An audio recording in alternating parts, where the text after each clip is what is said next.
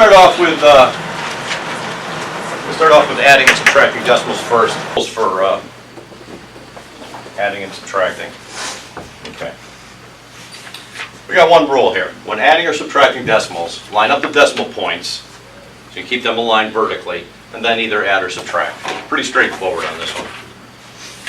We'll put a couple of these to practice. Decimal points on both of these. So 16.4. Keep the decimal point in the same place. 21.8.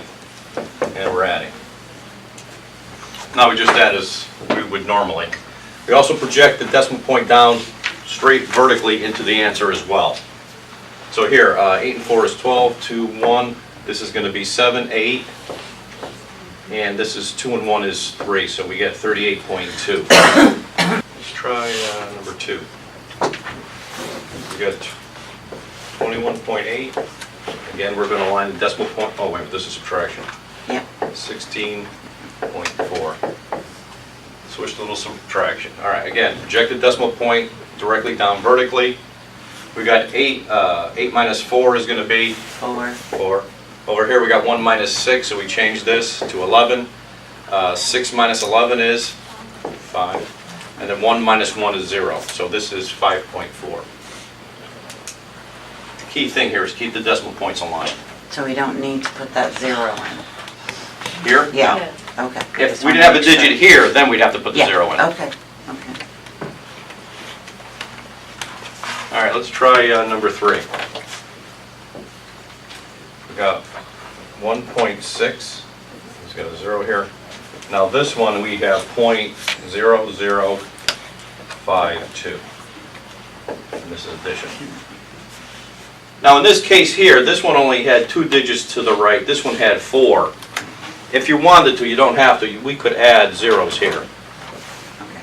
That doesn't change the value, but makes aligning the places a little bit easier. I just put the bigger one on top. Is that going to change? Well, the bigger one is on top. No, I mean the one with the most... with the most digits to the right? Digits, yeah. Yeah, it doesn't matter. I mean, it doesn't, okay. You can switch these around. Okay, all right. You can't do that for subtraction, but for addition you can. Oh, okay. This was pretty straightforward. Here's a tough one. 2 plus 0. 0. 5 plus 0? 5. 5, thank you. 0 plus 0, that's a tough one. 6 plus 0. 6. Keep the decimal point aligned. And 1 plus 0 is? 1. Here. And number 4 is 23.716. We're going to line the decimal point with 9.617. And what are we doing here? We're adding. All right, the decimal point again gets projected directly into the answer. Let's add this together. First column, 7 and 6, is going to be 13, 1. Second column is going to be 3. Third column is going to be 13 again. Here it's going to be 13, 1, and 3. So this is 3s across the board. I was looking like, I think there were 3. All right, let's do number 5.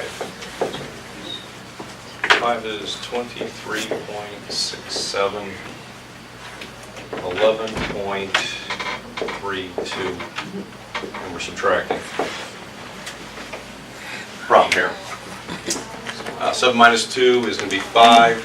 6 minus 3 is going to be 3. Decimal point is aligned vertically. 3 minus 1 is 2. 2 minus 1 is 1. Number 6.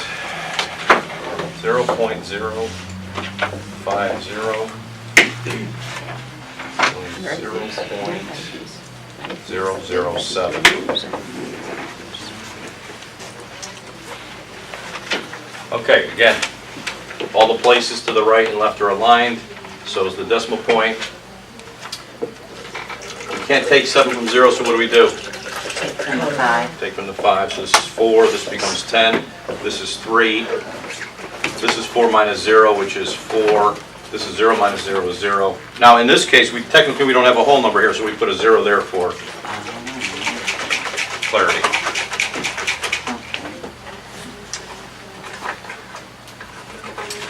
And number 7. 0.05,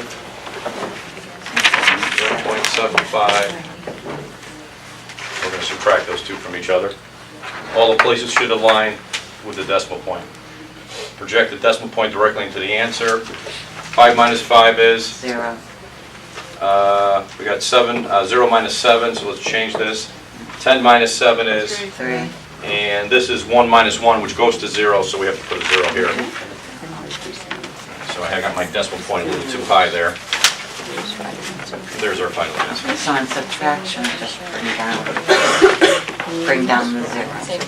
Yeah, if there's no whole number here on subtract, or even addition, add the 0. Okay. Everybody clear on that? Pretty straightforward. Yeah. I think the hardest part is remember just to align the decimal points. And if you keep everything aligned, then your answer should, it'd be just like normal adding and subtracting.